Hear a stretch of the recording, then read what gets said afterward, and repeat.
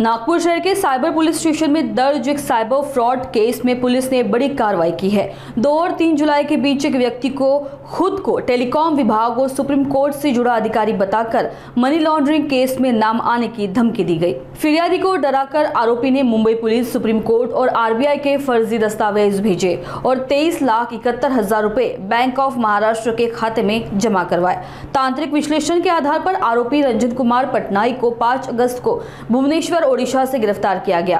Police ने उसके खाते में जमा 19,90,000 की राशि फ्रीज कर कोर्ट के आदेश पर पीड़ित को लौटाने की प्रक्रिया शुरू की है। यह कार्रवाई पुलिस आयुक्त रविंद्र सिंगल और अन्य वरिष्ठ अधिकारियों के मार्गदर्शन में की गई। आपल्याकडे कंप्लेंट जे 75 वर्षाचे आहेत त्यांना टेलिकॉम विभागातून कॉल आला की तुमचं सिम कार्ड आहे, त्या सिम कार्डचा वापर करून जे बँक अकाउंट ओपन केले ते नरेश गोयल जो मोठा स्कॅम झाला त्यामध्ये वापरण्यात आहे मनी लॉन्ड्रिंगमध्ये, आणि त्यांना नोटीस वगैरे पाठवण्यात आली ईडीची आणि वगैरे वगैरे असे, आणि त्यांना सांगितलं की तुम्हाला आम्ही डिजिटल अरेस्ट केलं आहे आणि तुमच्या खात्यावर जेवढी रक्कम असेल ती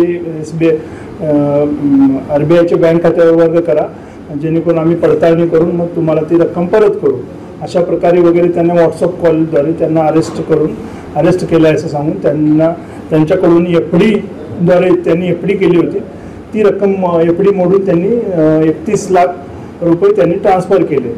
त्यानंतर सदरचा आम्ही सायबर पोलीस स्टेशनने ते गुन्हा नोंद करून ए पांढरे साहेब आणि त्यांची टीम यांनी तांत्रिक तपास करून सदरचे जे कॉल आलेला होता किंवा जे बँक ट्रान्सफर झाले होते ते ओडिशा राज्यामध्ये बँकेमध्ये ट्रान्सफर झाल्याचे निष्पन्न झाल्याने तिथे टीम जाऊन वरिष्ठांच्या परवानगीने तिथून आरोपी नामे भुवनेश्वर येथून रंजन कुमार विष्णुचरण पटनायक 60 वर्षाचा याला आपण ताब्यात घेतलेला आहे। त्याच्या अकाउंटवरील रक्कम जी होती 19,80,000 रुपये ती आपण फ्रीज केलेली आहे आणि ती माननीय न्यायालयाच्या आदेशाने आपण फिर्यादीला परत केलेली आहे। तसंच आरोपीला पोलीस कस्टडी रिमांड घेऊन त्याच्याकडे अधिक त्याच्यामध्ये कोण कोण आहे याचा तपास आपण करत आहोत। सदर गुन्ह्यामध्ये आपण ज्यावेळी आरोपीला पकडलं त्यावेळी त्याच्याकडे कॅश नाही मिळून आली, परंतु त्याच्या जे अकाउंटवर पैसे होते ते आपण सर्व फ्रीज केलेले आहेत। आम्ही माननीय पोलीस आयुक्त आणि आमचे DCP मतान साहेब यांच्या मार्गदर्शनाखाली ए पांढरे साहेब तसेच